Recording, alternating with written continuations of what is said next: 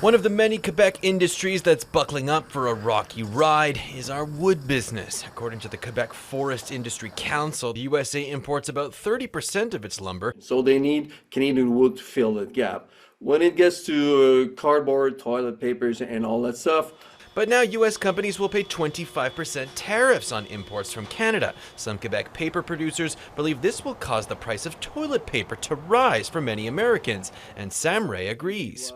well, I think they're spot on. United States are far from being self-sufficient when it gets to softwood lumber. So could that lead to Americans panic buying toilet paper? Well, we've seen it before.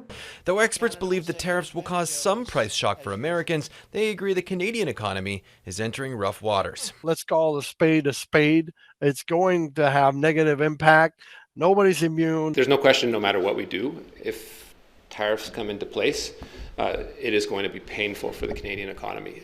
As he announced federal money for a few tech companies in Montreal, Canada's immigration minister Mark Miller painted a bleak picture. We can't replace an economy that is responsible for 80% of our trade overnight, and it's going to hurt. Montreal economist Mario Lefebvre is at a conference in Washington with some of his American counterparts. They come to grip with the fact that for us Canadians, this is huge because it is not that huge for them. He just co-authored a study on the impacts of tariffs on Quebec. 75% of our aluminum is exported to the States. That industry is in for perhaps the most trouble. What I found fascinating in conducting that study is that we identified our 20 largest exports to the United States, and we were able to find other markets for all of those products.